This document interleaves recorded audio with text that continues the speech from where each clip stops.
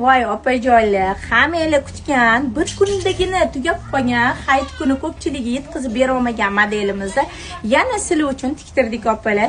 Shunaqa asal fasonda, asalgina rasvetkalar bilan 60-razmer opalarimga ham mana bemalol kelaveradi. Hammalarga sig'ib ketaveradigan shu asal ko'ylagimizni endi rasvetkalarni ko'rsatamiz opajoylar.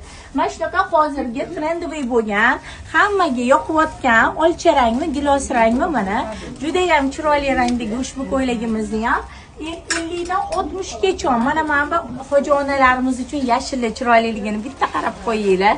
Eng zo'r material, eng zo'r rasvetkalardan mana bu kirpich rasvetkani qaranglar.